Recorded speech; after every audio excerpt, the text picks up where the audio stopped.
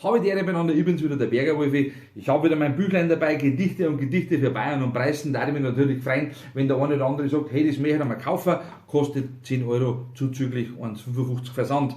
Und ich habe heute ein Gedicht mitgebracht, das ist ein Gedicht, da kann sich jeder seine Gedanken dazu machen. Bayerisches übers erste Mal. Wie wenn's gestern war, so weiß ich's noch, alles hat weh da die ganze Woche. Die Rede ist von meinem ersten Mal, das vergessen? Nein, auf gar keinen Fall. Schuld war der Papp, er hat's gezahlt. Mir hat keiner gefragt, ob ich wollt. Doch ich hab müssen, voller Schwung, ich denk heute, ich war sauerziehung. Die Füße haben zittert, voller Angst. Der Papa schreit, auf geht's, schau, dass du anfängst. Bub, wenn's das einmal kannst, das verlernst du nie. Nein, das hat er nicht gehabt, das nötige Gespür. Steig auf, der Papa wird schon ganz handig, sonst kriegt's dein Bruder, sagt er grantig.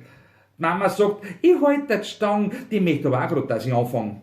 Schau, Bub, sagt's, da kann nix passieren, komm, tu dir ein bisschen rieren. Trennzeit hab ich's dann halt gemacht, alle haben sich gefreut, alle haben's gelacht. Nachdem ich's können hab, war's auch für mich eine Freude. Da haben's geschaut, die ganzen Leute.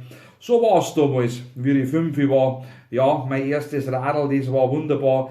Die erste Woche Muskelkater, alles so hart wie Ohrenholz. Aber mein Papp, der war sehr stolz. Und recht hat er gehabt, das kann ich heute sagen.